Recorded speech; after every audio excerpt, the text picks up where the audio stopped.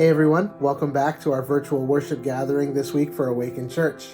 If you've been around Awaken for a while, you guys know that Super Bowl Sunday is something that we kind of go all out for, something that we do something special for every year. Obviously this year, it was unavoidable that things were going to look different. And so we are changing things up slightly this year. And so we are actually going to see what we're putting together to celebrate the Super Bowl next weekend. And so this weekend, if you're a football fan, you know that what happens the week before the Super Bowl is the Pro Bowl. And so after some time of worship together, Pastor Steve is going to give a message that kind of touches on that Pro Bowl game, that Hall of Fame All-Star game kind of idea. And then you will see what we're putting together to celebrate Super Bowl this year in a different way next week. And so I'm really excited for you guys to see that. I hope it's going to be a lot of fun. I hope it's going to be something that you and your missional communities can enjoy and kind of brings back some of that feeling of what we get so excited for doing Super Bowl every year. And so I'm looking forward to that. So in the meantime, please continue to stay safe, stay healthy, and we look forward to seeing you soon.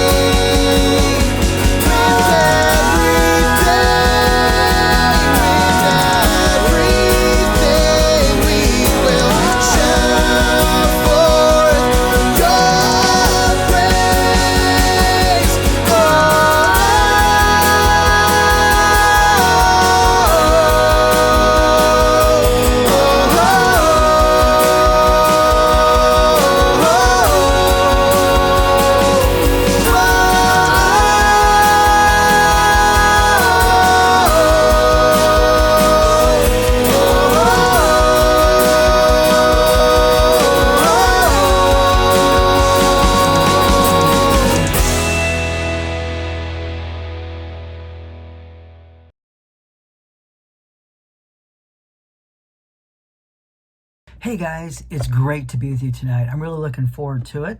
As you've probably heard by now, next week we're going to have our quarantine version of the Super Bowl of preaching. And just sort of like happens every year, except this year, but every year with the Super Bowl, the week before is what's called the Pro Bowl. And that's when all the best players in the league, the ones who have aspirations and hope to be inducted into the Hall of Fame after the end of their careers, they all gather together for the Pro Bowl game. And this is a game where they're recognized, they're honored, and they actually compete with one another. And so tonight, we're going to be talking about the Hall of Fame, or actually the Hall of Faith in the Bible, which is found in Hebrews chapter 11. It's what we often call the Hall of Faith. Many of you probably know, but maybe you don't. I grew up in Canton, Ohio, really just a few miles away from the National Pro Football Hall of Fame. It was so cool. I mean, it's a big deal in Canton. Every summer before the Hall of Fame game and the induction of all the new class into the Hall of Fame, there was a big parade, and then there was actually the Hall of Fame game, and then the enshrinees were all inducted into the Hall of Fame. So it was a really cool deal. If you ever get a chance to go into the National Pro Football Hall of Fame, it's an amazing experience. I've been there a number of times myself. They just did a revamp of the whole facility and updated everything in the last couple of years. So I haven't been there since then, but I'm really looking forward to getting back again.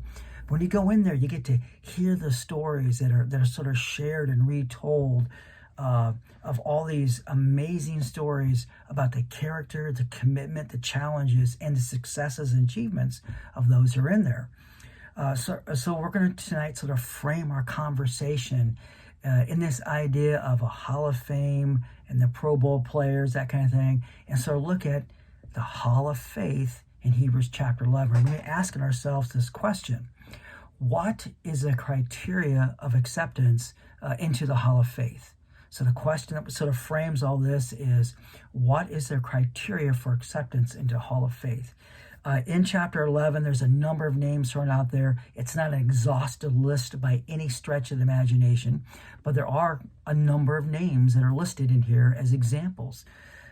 You'd be surprised at who's not listed in here as examples, and you might be shocked about some of the stories that are highlighted in here as examples. And incredibly enough, it's not about performance or faith that landed people here in the Hall of Faith. It's about their faith in who God is and what God said he will do.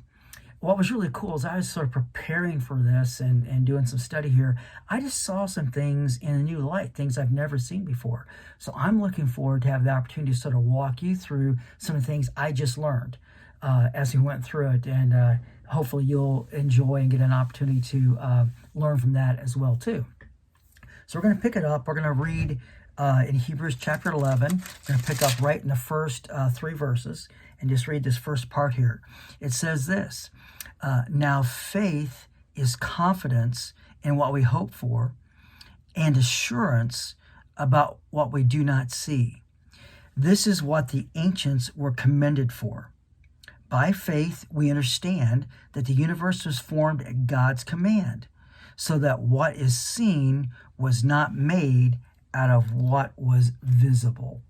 So as we sort of read that, we sort of see a definition or explanation about what faith is. Faith is described in 2 strong and solid words. The first word is confidence in hope. Now, this kind of hope isn't just like blind faith, like, boy, I hope it doesn't rain tomorrow. It's not that kind of hope. It's a strong belief, right? My hope is based in the promise of God. It's strong. The other word that's sort of strong and powerful is the word assurance. And it says assurance in what we do not see. And it's not this sort of like, hey, I'm pretty sure the store we're looking for is maybe around the next corner. I can almost assure you that's the case. It's not that. The assurance that there is like a strong trust, right?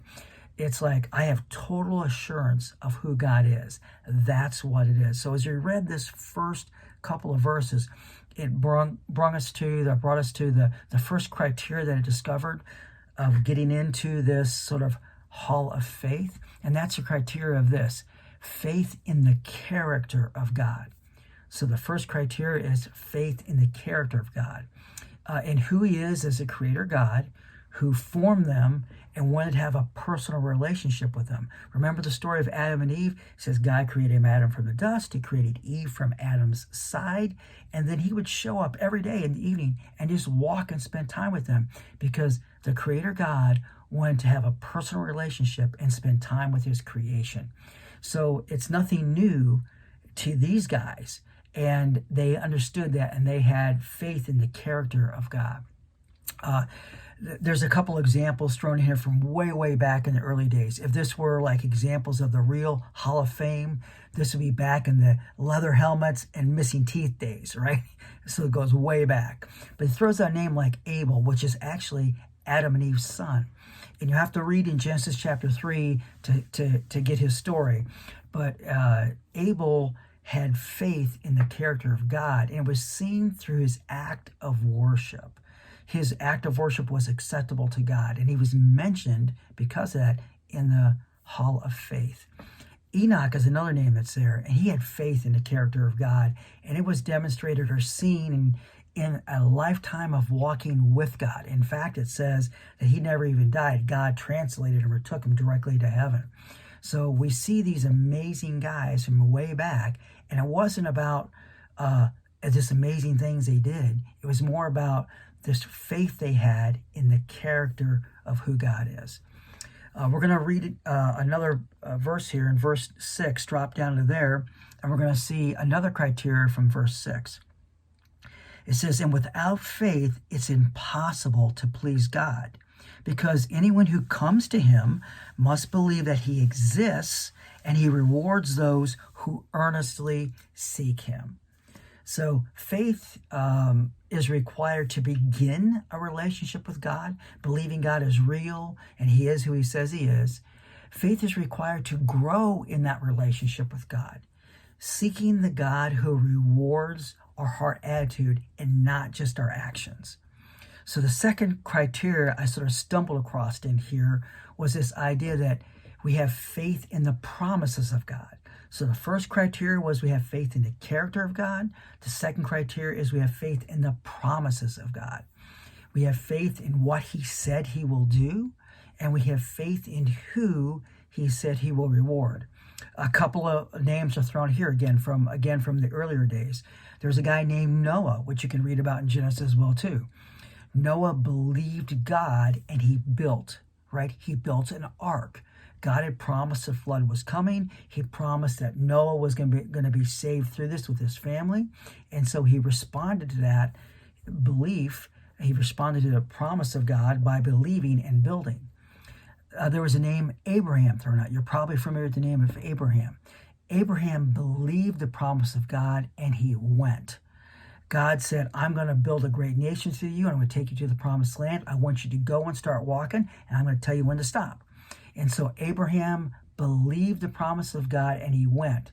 The promise of a promised land and really a huge nation that would follow from his seed. Then it also mentions Abraham's wife, Sarah. Sarah believed the promises of God and she trusted and conceived. Sarah was probably over 90 years old this time and unable to have children. But God had promised her that she would have a promised son. And she believed the promises of God and was able to conceive and have that promised son. Matter of fact, verse 11, I think, sort of sums this up. Talking about Sarah, it says, "She considered him faithful who had made the promises." So the second criteria was faith in the promises of God.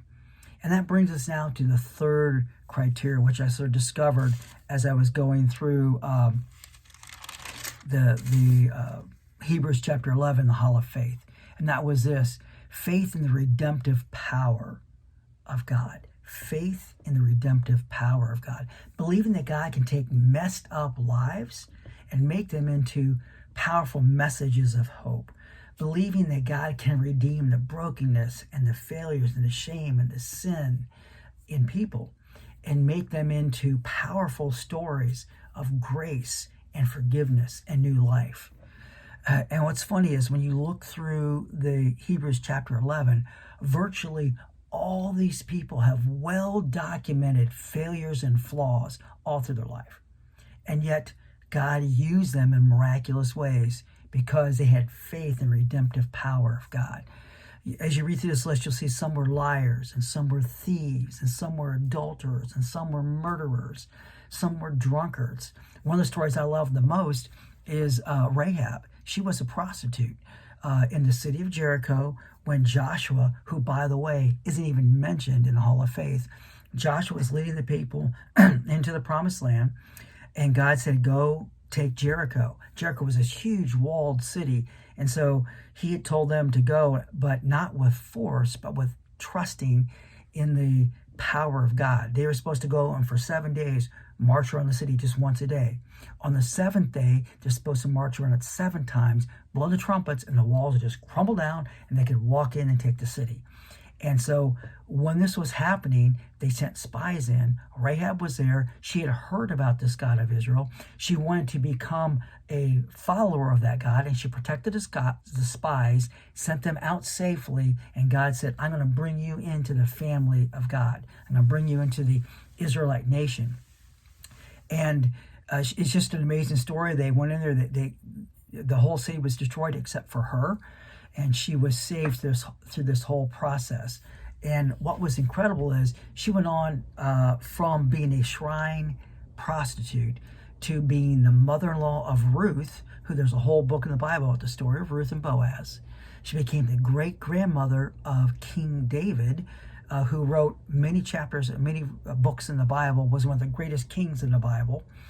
And also she was in the family tree and lineage of Jesus. Wow. Talking about taking messed up lives and making incredible stories out of it. That's the redemptive power of God.